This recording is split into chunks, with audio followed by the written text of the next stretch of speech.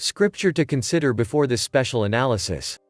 Behold, I will make Jerusalem a cup of trembling unto all the people round about, when they shall be in the siege both against Judah and against Jerusalem. As we proceed to the final prophetic week for Israel that starts with, the Prince of the Covenant, confirming the covenant with many including Israel, you will begin to see Jerusalem become a cup of trembling to first the region and then the world. This present evil world is primed for the beast and false prophet to lead it into the kingdom of the beast, which is the New World Order. The virus killed the global economies to prepare for the one world monetary system of the mark of the beast, and crypto and digital currencies are preparing the minds for a cashless world, and peace deals have become very popular with Israel after the start of the Abraham Accords in 2020. Keep your eyes on Israel and the Vatican, as the final pope, who is looking to be the first Jesuit pope, is steering the jab push for the entire world, along with rethinking the global economic system, because it will be the final pope who is the false prophet that causes all to receive the mark of the beast, to buy or sell after the beast is slain and risen 42 months after he confirms the covenant with many in the middle of the upcoming final prophetic week, the 70th week spoken of by Daniel the prophet. It will start to get really obvious to those who are justified, and can rightly divide the word of truth. Now unto this special analysis. Jerusalem's on fire, and it's poised to spread in Israel, Gaza and the West Bank. The Israel police have failed to contain the violence in the capital, the worst in at least 4 years, and the country's political leadership is nowhere to be found. To get a sense of the unparalleled potency of the city of Jerusalem, you would have only needed to look at Latrun Junction on Saturday afternoon to watch dozens of young Muslim men and women, carrying prayer rugs, marching off in the direction of the Temple Mount after police kicked them off buses heading toward the capital for fear they would take part in violent protests at the holy site. These pilgrims, mostly from Arab towns in northern Israel, made it to the Old City for evening prayers after hiking more than 30 kilometers, 19 miles. For weeks, the raw emotional, religious and nationalistic power of Jerusalem has been out of control, driven by a deadly convergence of interconnected and disparate events, all taking place during the Muslim holy month of Ramadan, which often sees heightened tensions. The Israel Defense Forces, Shin Bet Security Service, and Israel Police have struggled to contain the violence and have enjoyed little assistance from the political echelon in attempting to do so, with Israeli lawmakers failing to cooperate with one another as the various parties struggle to form a government coalition. The Sheikh Jarrah Flashpoint. The driver of this current unrest is a deeply contentious court case regarding the Sheikh Jarrah neighborhood of East Jerusalem, where a number of Arab families stand to be forcibly evicted from homes they've lived in for decades. Right-wing Israeli nationalists argued successfully that the properties were owned by Jews before Jordan conquered the area and resettled the current occupants there, and invoked a 1970 law that allows, for all intents and purposes, only Jewish Israelis to reclaim property that was lost to them during the 1948 Independence War.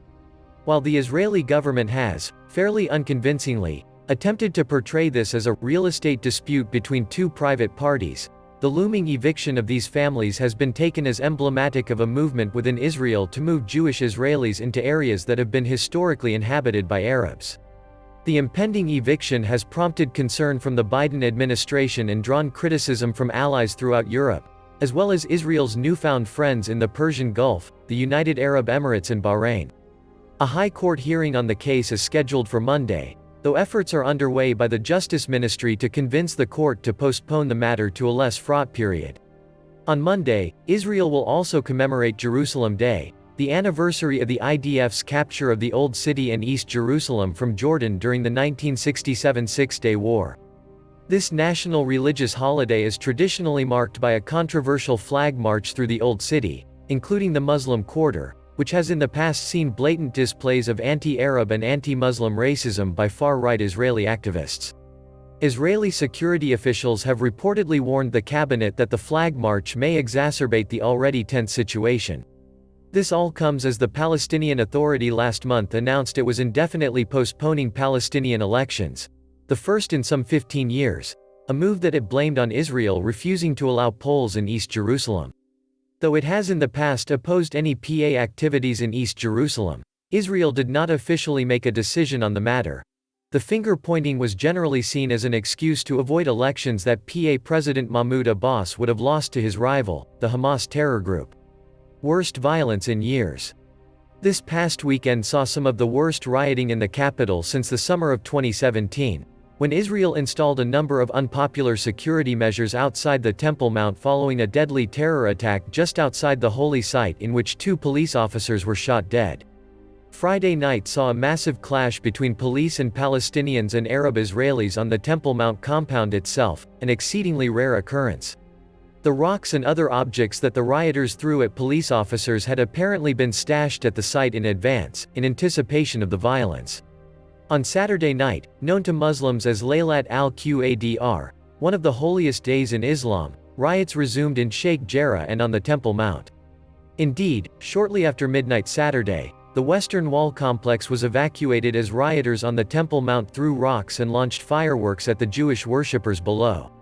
Some 100 people were treated by the Palestinian Red Crescent on Saturday night and Sunday morning, 10 of them in the Old City and 90 in Sheikh Jarrah. 17 police officers were also injured in the clashes. This unrest has also spread outside the capital, with dozens of rocket attacks from the Gaza Strip last month and a return of balloon-borne incendiary and explosive devices from the enclave, as well as multiple attacks and attempted attacks against Israeli civilians and security forces, including a deadly drive-by shooting on Sunday in which a 19-year-old student, Yehuda Geda, was fatally wounded, succumbing to his injuries 3 days later. Last week, Mohammed Diaf, the elusive head of Hamas's military wing, warned that Israel would pay a heavy price if the Sheikh Jarrah evictions went ahead, which Israeli security forces do not take as an empty threat. Indeed, there is growing concern among Israel's security services that the anger and violence emanating from the capital will expand in the coming days.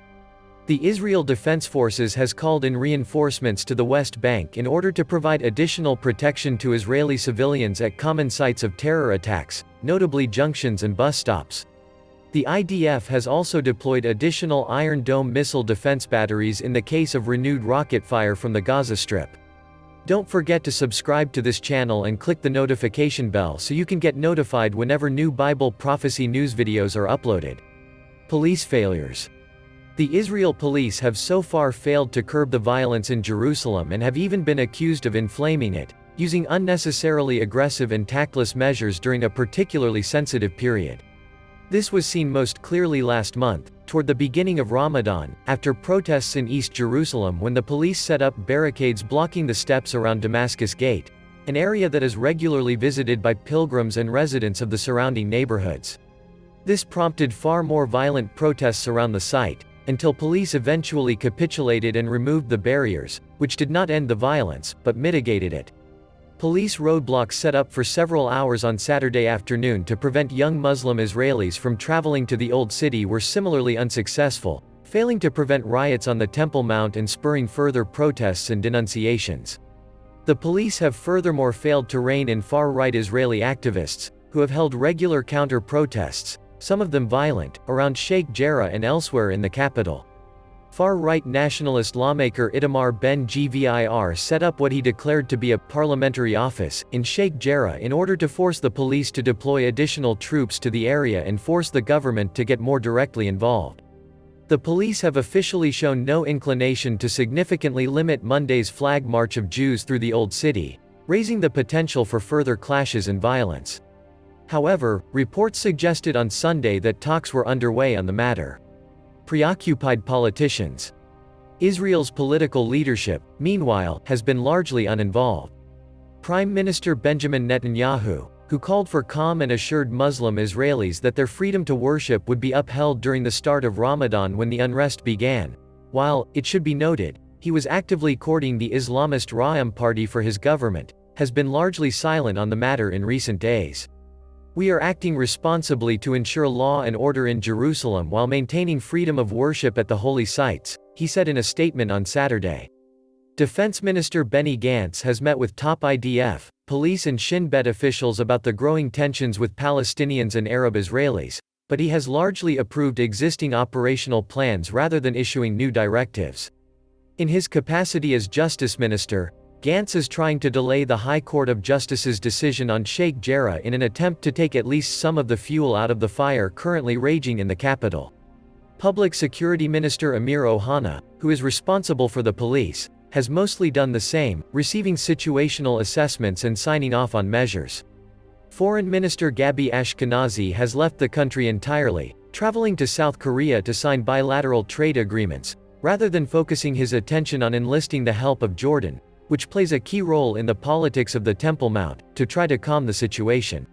Without a functioning government capable of making difficult and unpopular decisions, it seems, the country's security services are largely being left to their own devices to keep the Jerusalem powder keg from blowing up. Scripture to consider for your eternal soul. And whosoever was not found written in the book of life was cast into the lake of fire. Can you prove your name is in the book of life? BeingJustified.com can help you while in the land of the living.